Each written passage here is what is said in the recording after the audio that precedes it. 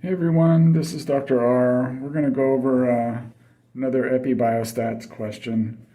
And today we're going to be looking at positive predictive value.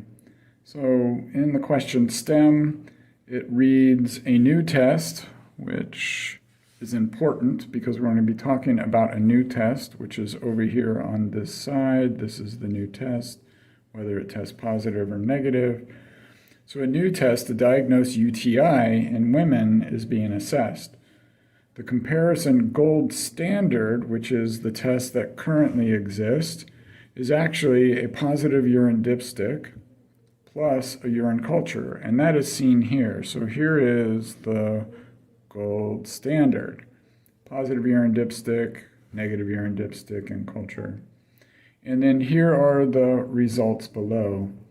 So if you remember from the last video I did, when we were looking at sensitivity, sensitivity starts here, goes down, and specificity starts here and goes up. But now we're looking at positive and negative predictive value.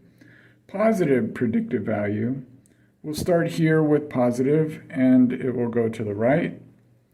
And negative predictive value will be here and go to the left. And so what we also need to do is define each one of these boxes. So what we know is that if our test here, the new test, is positive, and the urine dipstick and culture, which is our gold standard, is positive, then this would be seen as our true positives. Remember, the gold standard is what we're measuring everything against. So if this is positive, but yet our test is negative, then we are falsely negative because it's supposed to be positive. So that's a false negative. Here, our gold standard is negative and our test is positive.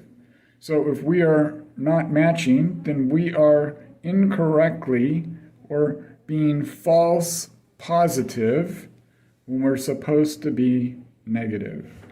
And then we are truly negative when both of them match.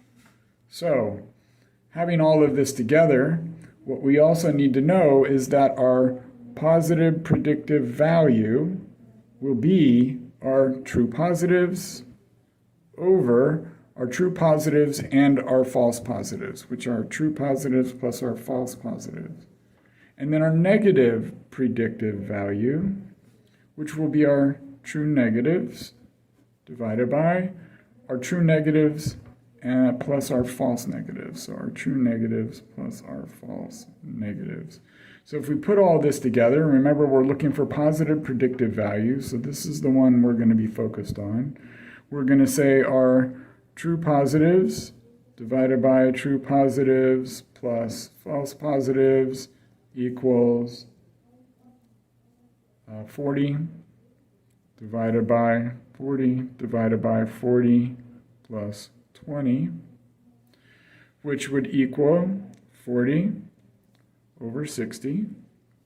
Cancel out the zeros, so we end up with 4/6, which actually is 2/3, which would then come out to about 66.7%, or 66.66666. Negative predictive value, true negatives divided by true negatives plus false negatives equals 180. All right, 180, and then 180 plus 60, 160, sorry, 180 plus 160, and that would be 180 over 340. Cross out the zeros, we have 18 over 34. We end up with about 52.9%, which is roughly 53% if we round up. So we can rule out that it's not this one. But what about this one and this one? Now I have solved for the answer, but you might get thrown off by looking at this one because this is actually our specificity. And this one is actually, this is actually our specificity. And this is actually our sensitivity.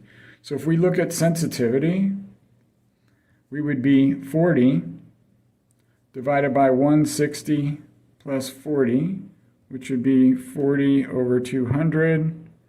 Cross out that, it'd be 4 over 20, which equals 1/5, and that equals 20%, right? 1/5. 4 goes into 20 5 times.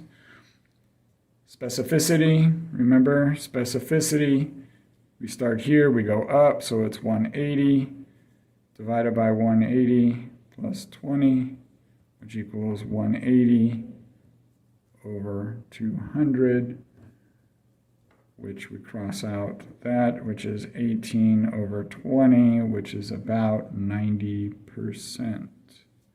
So we can cross that one out, we can cross that one out. 5% just does not match whatsoever, but we knew we solved for 67.7%. 66.7, so sorry. Hopefully this was helpful. Looking forward to learning more from you all. Thanks.